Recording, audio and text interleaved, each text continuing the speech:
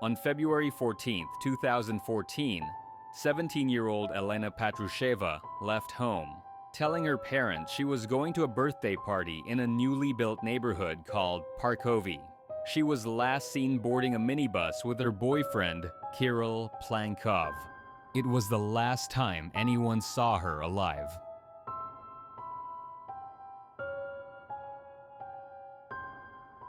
The following morning, Elena didn't return home. Her phone was off. Her parents searched frantically, calling friends, only to discover she had no friends in Parkovy at all. Something was wrong. Police and volunteers launched a search. Posters with Elena's photo appeared across the city. CCTV footage showed her last boarding the bus with Kirill. He was the last person to see her. Kirill was interrogated, his clothes taken for testing. He agreed to a polygraph that never happened. For the moment, police let him go. Meanwhile, search teams scoured neighborhoods and forests. Days passed. There was no trace of Elena. As the investigation intensified, public attention shifted to Kirill. Online, people accused him of indifference and even suggested he might be involved.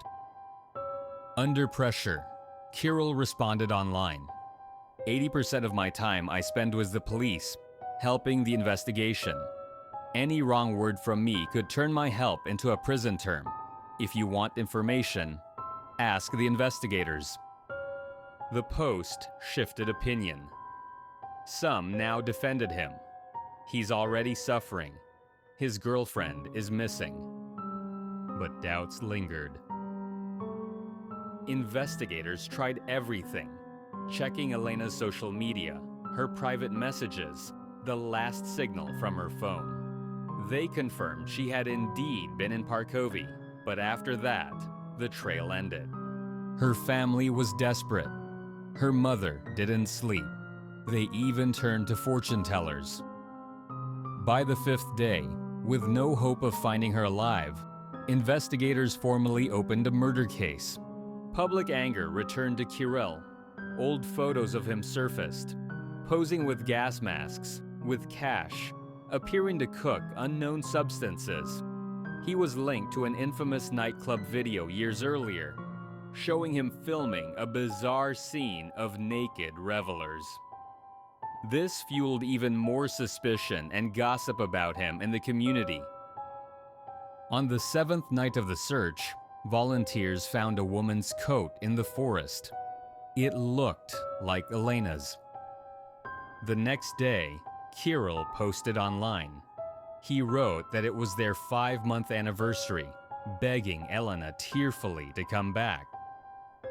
Soon after, forensic tests returned. Blood was found on clothes belonging to Kirill and his stepbrother, Maxim Vanishing. It was Elena's blood. Kirill was arrested again. Faced with the evidence, he confessed. Elena was dead. He led investigators to the forest, removed branches and snow, and pointed to her body. He was calm, showing no emotion, no remorse. Maxim was also arrested. At first, he denied any involvement, but as investigators presented the evidence and questioned him further, he eventually admitted his part in the crime. The motive was jealousy. Days earlier, Kirill had gained access to Elena's private messages. He found her chats with a boy named Kostya, a classmate. Elena confided she no longer felt the same about Kirill. Their relationship was ending. She wanted to break up. Kirill showed the messages to his brother. Together, they felt insulted, humiliated. They decided Elena had to be punished. Kirill met Elena. First, they spent some time at his place, and then he suggested going for a walk. He told her to lie to her parents, that she was going to a birthday party because the walk would be long, eventually leading her into the forest. They rode to Parkovy, then walked into the forest. At the chosen spot, Kirill pulled out printed pages of her private messages. He demanded explanations, shouted at her. From behind the trees, Maxim appeared. He swept Elena's legs, forcing her to the ground, holding her down. Kirill began striking her, blows to the chest, the stomach, the left side, calculated to knock the air from her lungs. Elena could not breathe, could not scream. He hit her face, breaking her nose and lips. Then he pressed his foot against her throat, strangling her until blood flowed from her mouth. When she lay motionless, the brothers dragged her body aside.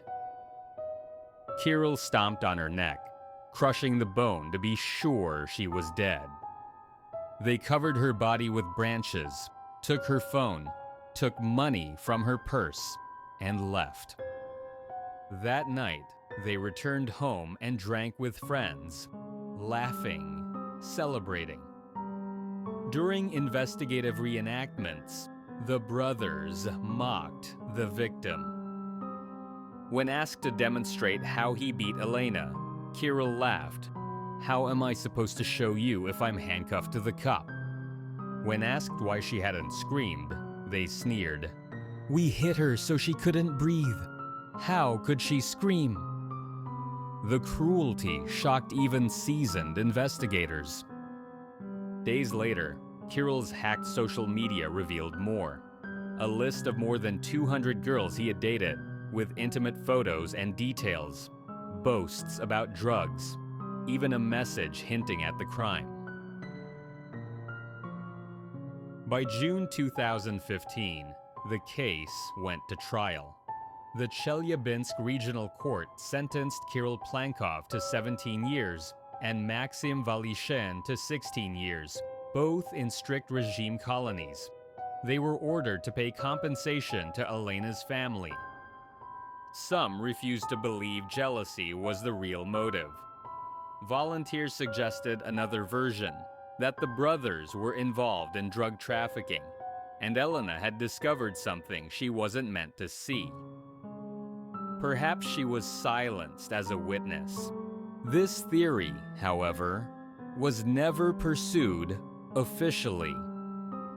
In prison, the brothers adapted quickly. Photos later surfaced of Maxim smiling with fellow inmates, appearing healthy, even thriving. They served part of their sentences under strict supervision, with opportunities for work and study. For years, that seemed to be the end of it. But the story did not close there. Kirill Plankov did not serve his full term. After around 9 years, he signed a contract with the Ministry of Defense. He was sent to the war in Ukraine. Reports state he was not allowed to fight. His work was digging trenches and building fortifications. After about 6 months, he returned home. Today, Plankov lives freely in Chelyabinsk, renting an apartment and living with a partner. His stepbrother remains in prison. He works in the prison cafeteria and spends his time doing sports. For Elena's family, these developments have been devastating. The men who destroyed their daughter's life did not spend their lives behind bars. One is already free. The other will one day be free as well. For Elena's family, there is no parole, no return, only the memory of their daughter and the pain of justice undone.